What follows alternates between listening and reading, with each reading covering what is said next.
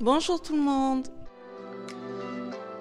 Pendant que je vous parle, j'ai filmé certaines des démarches que nous avons débutées, mon chéri et moi, pour nos premiers pas, pour s'équiper, débuter dans une démarche écolo et zéro déchet. Si vous avez vu mes autres vidéos, vous savez que j'étais enceinte de jumeaux. Ça y est, j'ai accouché. Les petits bruits que vous entendez en fond, c'est eux. Ils sont là avec moi.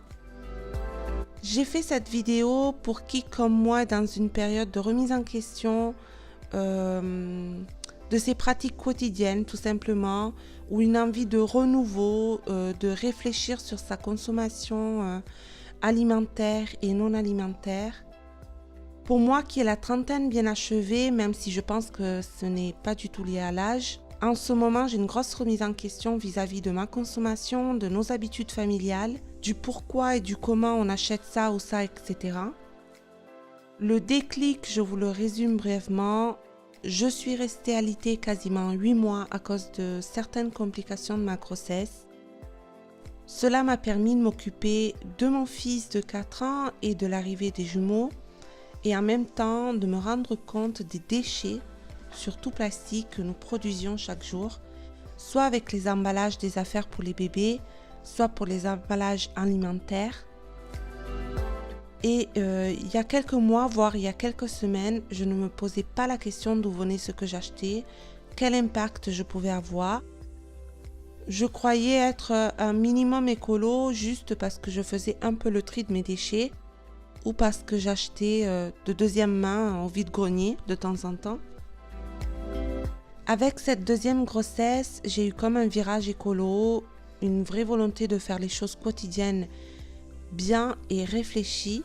Ma motivation me vient de la volonté de donner un bon exemple à mes enfants.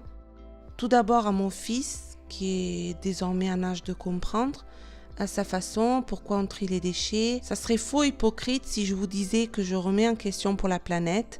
Je préfère vous dire franchement que ma première raison, c'est pour me faire du bien à moi, pour me sentir une personne meilleure et surtout pour donner l'exemple, je me répète, à mes enfants. Leur expliquer pourquoi et comment je fais ce que je fais, donner un sens et une certaine cohérence à mes actes quotidiens, à mes achats. D'abord pour moi, pour ma conscience et après pour la planète.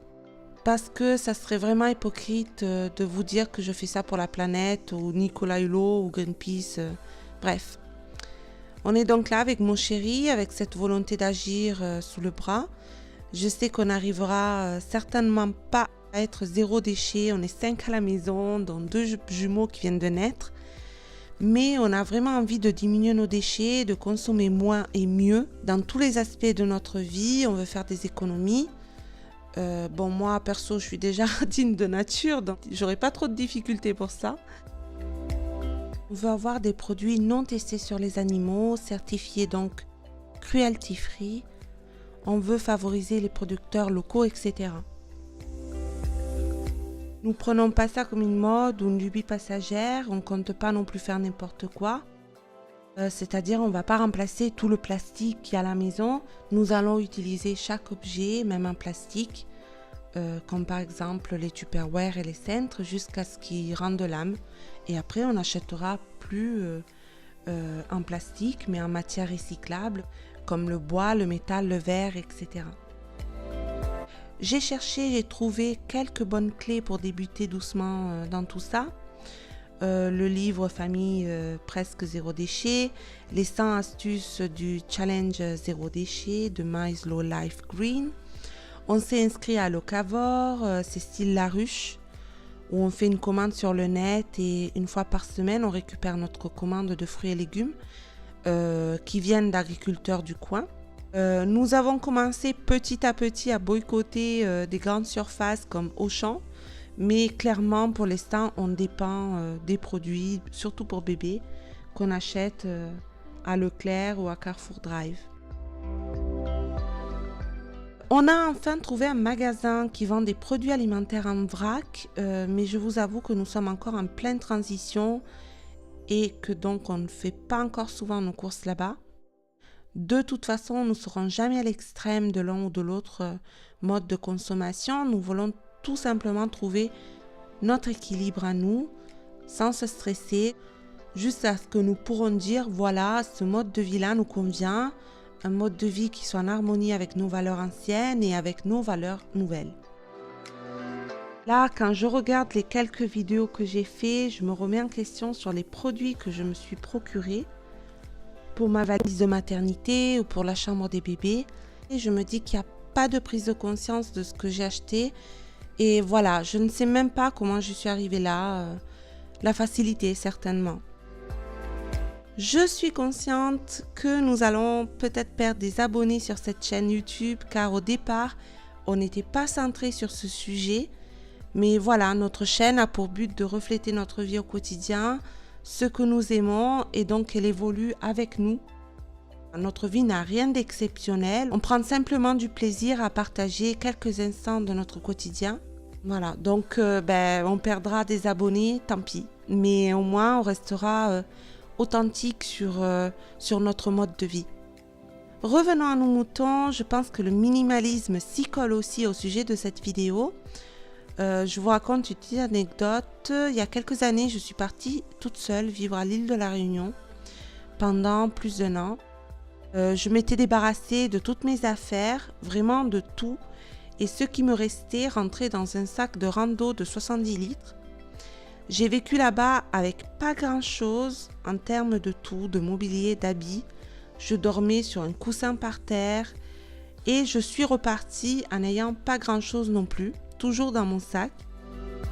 Et je me rappelle que j'étais vraiment heureuse de ne pas posséder des milliards d'affaires et je m'en vantais presque comme si c'était un exploit.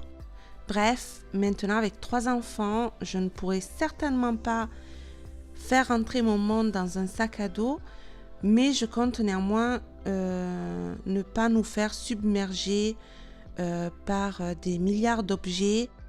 Je pense que le plus difficile ne sera pas tant pour moi, mais plutôt pour mes enfants. Car je constate que déjà pour mon fils, j'ai du mal à limiter les jouets, les vêtements, etc. Et qu'ils seront tous pourris gâtés à cause de moi. En résumé, avec mon chéri, on a l'intention de remettre en question chacun de nos achats dans la limite du possible, de privilégier les produits français, de boycotter tout ce qui vient de Chine, par exemple, de privilégier les marques qui ont une éthique, c'est-à-dire le respect du travail des employés, de l'environnement, etc. On va essayer d'être zéro déchet le plus possible, sachant qu'on ne doit pas se frustrer à ce sujet, car avec 3 enfants, cela deviendra clairement une utopie. C'est sûr que quand on voit les poubelles des centres commerciaux qui regorgent de produits alimentaires gaspillés, de plastique, etc., ça décourage. Parce qu'on se dit, moi je fais des efforts, d'autres comme moi font des efforts. Puis il y a des grandes enseignes ou des industries, etc., qui font du gaspillage de produits, d'énergie. Et du coup, on pense que ça réduit à néant tous nos efforts. Je ne sais pas vous, mais en tout cas, ça me décourage. Parce que parfois, le système de notre société est tellement incohérent et injuste qu'on n'a pas envie de continuer de faire des efforts. Mais je continue à faire ces petites choses, ces petits gestes, pour garder de la cohérence aux yeux de mes enfants. En gros, c'est grâce à eux si je persévère et que je souhaite m'améliorer. Voilà, ma longue vidéo est terminée. Je vous poste dans quelques jours celle plus concrète et moins théorique sur les cosmétiques, les articles, etc. De beauté vegan, 0 déchet, cruelty free, que je suis en train de tester. Voilà, je vous souhaite une très bonne journée. Merci à tous d'avoir vu jusqu'au bout la vidéo et à très vite.